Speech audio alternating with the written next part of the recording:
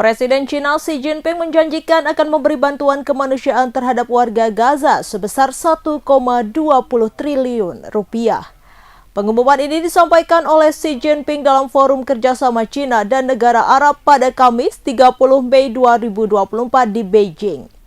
Adapun dalam forum tersebut dihadiri oleh 4 kepala negara dari kawasan Timur Tengah, yakni Raja Bahrain Hamad bin Isa bin Salman Al Khalifah, Presiden Mesir Abdel Fattah El-Sisi, Presiden Tunisia Kais Saied, dan Presiden Uni Emirat Arab Sheikh Mohammed bin Zayed Al Nahyan. Dikatakan oleh Xi bahwa kawasan Timur Tengah memiliki prospek pembangunan yang luas. Sayangnya perang terus terjadi di wilayah tersebut, termasuk perang Israel-Palestina yang dimulai pada Oktober 2023 lalu. Xi pun menekankan bahwa perang tak boleh berlanjut dan keadilan tak boleh hilang selamanya. Ia juga menyerukan solusi dua negara. Terkait dengan hal tersebut, China pun dengan tegas mendukung pembentukan negara Palestina dan keanggotaan penuh di PBB. PT Aneka Tambang Tbk buka suara terkait kasus 109 ton emas Antam yang disebut palsu. Seperti yang diketahui, kasus ini diusut oleh Kejaksaan Agung dan melibatkan 6 ex-karyawan Antam menjadi tersangka korupsi emas Antam. Meskipun begitu, Sekretaris Perusahaan Antam Syarif Faisal Al-Qadri membantahnya. Dikutip dari Kompas.com, Sekretaris Perusahaan Antam Syarif Faisal Al-Qadri menyatakan tak benar jika emas Antam palsu yang beredar di masyarakat pada Jumat 31 Mei 2024. Sebab seluruh produk emas logam mulia Antam dilengkapi sertifikat resmi. Emas produksi Antam juga diolah di satu-satunya pabrik pengolahan dan pemurnian emas di Indonesia yang telah tersertifikasi LBMA. Terkait kasus 109 ton emas yang sedang diusut Kejagung, dia menjelaskan para oknum ex-karyawan Antam secara tak resmi menggunakan merek LM Antam. Ia memastikan perusahaan akan terus melakukan perbaikan dengan mematuhi peraturan yang berlaku. Terlebih, Antam juga terikat dengan berbagai ketentuan dan secara reguler diawasi oleh instansi atau lembaga pemerintah yang berwenang. Lebih lanjut, Faisal mengatakan atas adanya kasus tersebut pihaknya memahami kekhawatiran dan keresahan pelanggan produk emas logam mulia. Maka dari itu, seluruh saluran komunikasi Antam tersedia untuk memberikan informasi yang dibutuhkan oleh para pelanggan. Sebelumnya, Kejagung telah menetapkan 6 tersangka dalam kasus korupsi terkait tata kelola komoditas emas sebanyak 109 ton oleh Antam periode tahun 2010 hingga 2022. Keenam tersangka yang ditetapkan adalah mantan General Manager Unit Bisnis Pengelolaan dan Pemurnian Logam Mulia PT Antam.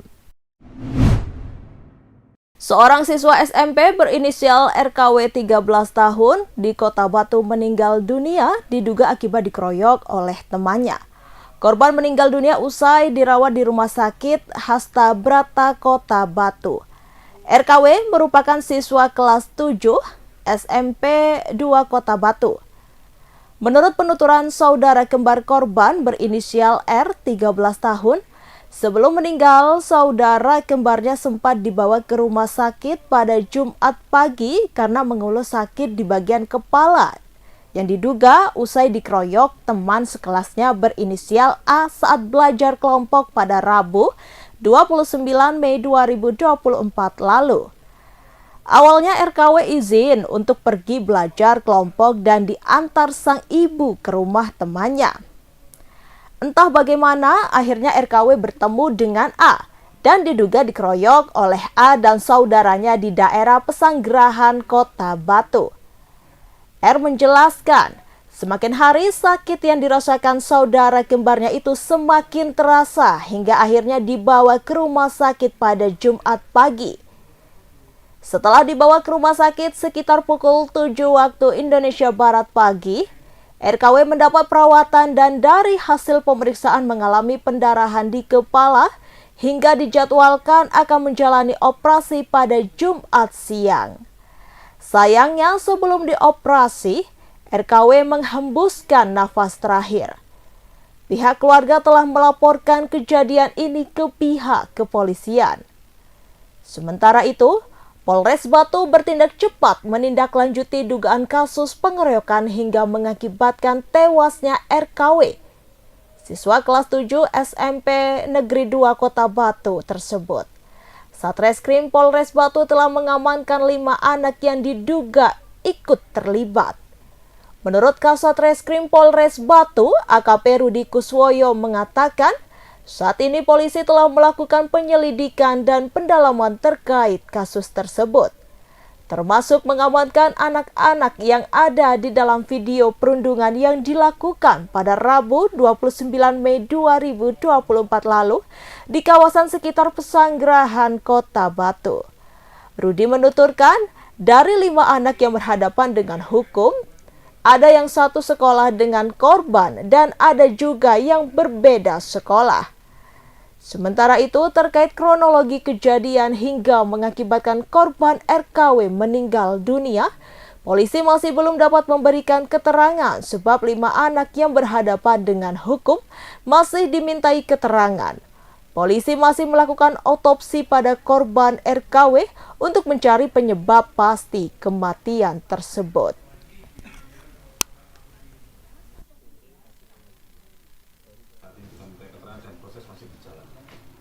Untuk korban saat ini masih dilaksanakan otopsi terkait dengan penyebab dari kematian si korban. Lagi 5 orang anak ini yang ada di video itu? Betul.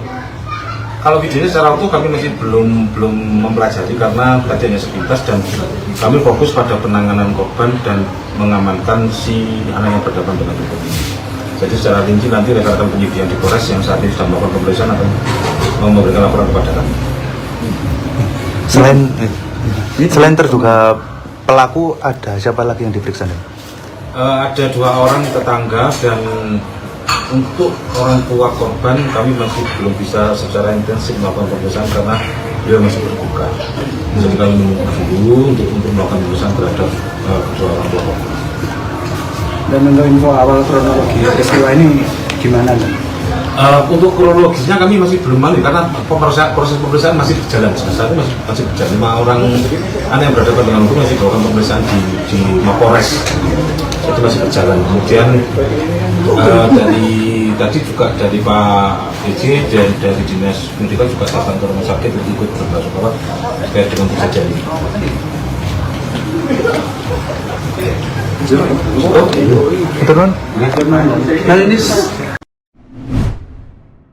PJ Wali Kota Batu Aris Agung Paiwai datang ke rumah RKW 12 tahun di Jalan Bromo Gang 4, Kelurahan Sisir, Kota Batu pada Jumat 31 Mei 2024.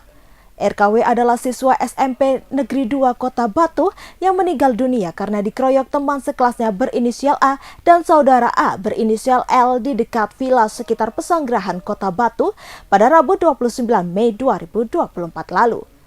Usai takziah, Aris Agung Paiwai mengatakan kejadian perundungan seperti ini tak dapat dibiarkan dan pihaknya meminta seluruh pihak khususnya sekolah dan orang tua untuk melakukan penguatan pengawasan kepada siswa baik di dalam sekolah maupun di luar sekolah. Lebih lanjut, pria yang juga menjabat sebagai Kepala Dinas Pendidikan Provinsi Jawa Timur itu meminta agar seluruh kepala sekolah dan orang tua memberikan pengawasan lebih kepada siswa dan anak-anaknya. Terlebih kegiatan siswa di luar sekolah seperti belajar kelompok baiknya dilakukan di dalam lingkungan sekolah agar memudahkan pengawasan kepada anak. Sementara itu, terkait kasus ini, pemerintah Kota Batu menyerahkan sepenuhnya kepada pihak kepolisian meski 5 anak yang berhadapan dengan hukum masih di bawah umur. Yang terjadi perundungan dan tentunya kita berharap ini tidak akan terulang lagi. Jadi saya sudah mengingatkan, saya bersama dengan Kepala Dinas Pendidikan Kota Batu agar mengingatkan lagi jam-jam di luar sekolah agar ada pemantauan yang dilakukan baik oleh sekolah maupun orang tua. Khususnya orang tua saya berharap punya peran juga di dalam menjaga dan juga mengawasi anak-anaknya di luar jam sekolah, yang kita harapkan tidak melakukan kegiatan-kegiatan yang tentunya akan berdampak terhadap negatif. Karena saya mendengar tadi laporan bahwa kejadian ini di luar jam sekolah setelah mereka pulang sekolah dan dengan alasan kerja kelompok yang tentunya kerja kelompok itu perlu diawasi, ya dilakukan di mana, tempatnya di mana. Bahkan tadi kepala sekolah dan Pak Kadis sudah sampaikan kalau ada kerja kelompok lain waktu semua diinstruksikan kerja kelompoknya di sekolah saja. Kalau memang itu dilakukan di luar jam sekolah, sehingga terpantau oleh guru, terpantau dengan orang tuanya, tidak dilakukan di tempat-tempat yang tidak diketahui oleh orang tua, terutama dalam pengawasannya.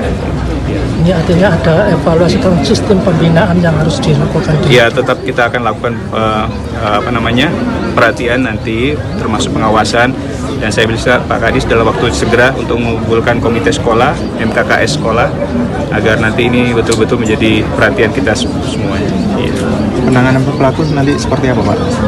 Kita kembalikan kepada pihak kepolisian, karena pihak kepolisian sudah mengambil langkah-langkah pengamanan sementara bagi anak-anak yang ikut dalam perundungan tersebut. Ya, tapi kami berharap dari Komisi Perlindungan Anak tetap memberikan perhatian juga, karena ini masih anak di usia dini. Kita berharap tidak lepas dari perhatian dan juga pengamatan yang secara langsung nanti akan kita dengarkan laporan dari Pak Kapolres. Tadi siang saya sudah telepon Pak Kapolres.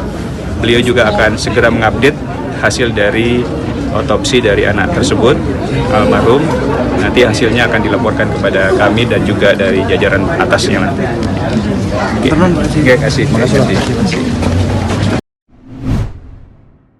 Sebanyak 60 serikat buruh nasional bakal menggelar aksi demo menolak wacana pemotongan gaji sebesar 3% untuk tabungan perumahan rakyat atau TAPERA. Aksi demo penolakan TAPERA rencananya digelar pekan depan di Istana Kepresidenan. Pada Jumat 31 Mei 2024, Presiden Partai Buruh Said Iqbal menegaskan, jika pemerintah tetap menerapkan mekanisme TAPERA dalam waktu dekat, maka aksi besar-besaran akan digelar. Serikat buruh akan juga menolak dan meminta pemerintah mencabut Undang-Undang Omnibus Law Cipta Kerja. Menurut Iqbal, TAPERA hanya membebani buruh dan juga rakyat. Dalam 5 tahun terakhir ini, upah real buruh dan daya beli buruh turun 30% akibat tak naiknya upah hampir 3 tahun berturut-turut. Sementara itu, Kepala Staf Presiden Muldoko mengatakan program TAPERA disebutnya sebagai wujud kehadiran pemerintah dalam menyelesaikan kebutuhan papan bagi rakyat. Menurut Muldoko, TAPERA merupakan program perpanjangan dari Badan Pertimbangan Tabungan Perumahan yang dikhususkan bagi PNS. Program tersebut diperluas dengan menyasar pegawai swasta. Pemerintah memperluas program tabungan perumahan karena terjadi backlog atau krisis kebutuhan rumah. Berdasarkan data BPS, kata Muldoko, terdapat 9,9 juta masyarakat yang belum memiliki rumah. Sejumlah negara juga memiliki program yang sama seperti TAPERA, yaitu negara Singapura dan juga Malaysia.